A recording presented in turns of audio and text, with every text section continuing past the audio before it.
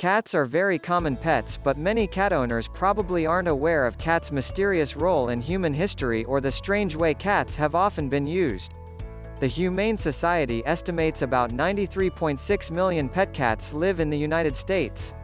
In spite of their huge numbers, cats are very selective when it comes to breeding.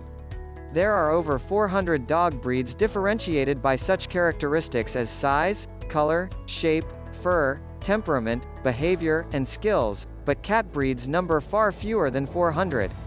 In If You Tame Me, Understanding Our Connection with Animals, author Leslie Irvine estimates that there are no more than 50 cat breeds and that unlike the diverse differences among canine breeds, cat breeds differ primarily in coat color and length. Cat history infused with mystery and sacred meaning. In If You Tame Me, Irvine writes about the cat's popularity in Egypt during the time of the pharaohs. Because of Egyptians' affection for cats, Egyptian law forbade their export. Cats were revered. A cat's death meant the family went into mourning, shaving off their eyebrows as a sign of their loss.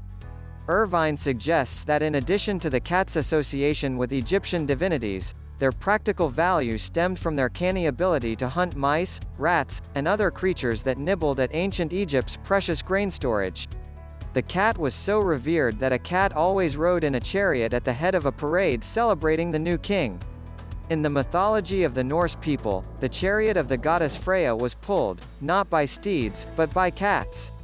Far from being devoted to cats, the 18th century French demonstrated their own belief in cats' magical powers by exterminating them. The Great Cat Massacre and Other Episodes in French Cultural History by Robert Darnton tells the gruesome tales of peasants hurling bagged cats into bonfires to celebrate the summer solstice. Peasants thought that destroying magical objects such as cats would keep misfortune away from them. Killing cats was not relegated to French country folk. Parisians, Darnton writes, liked to incinerate cats by the sackful. Cats loved by literary lion. Famed American novelist Ernest Hemingway was a feline fancier. The writer was fond of polydactyl cats, animals with more than the usual number of toes. Why do cats always land on their feet? Explains that Hemingway became especially fond of these multi-fingered, or toed, cats after a ship captain gave him a cat equipped with 6 toes. At Hemingway's former home in Key West, Florida, the descendants of Hemingway's cats have become tourist attractions in their own right.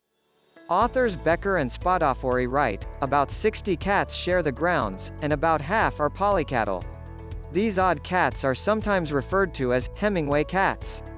Some surprising, and decidedly unpleasant, facts about cat scat. Stephen and Janet Alger's research in cat culture, referred to in If You Tame Me, found that cats' use of a litter box is not a response to human training. The feline instinct to seek loose material on which to urinate and defecate existed prior to the invention of cat litter, not because of it. Humans may have invented the litter box, but it was cats who demanded it. When it comes to doing their business, cats are more predictable and independent than dogs.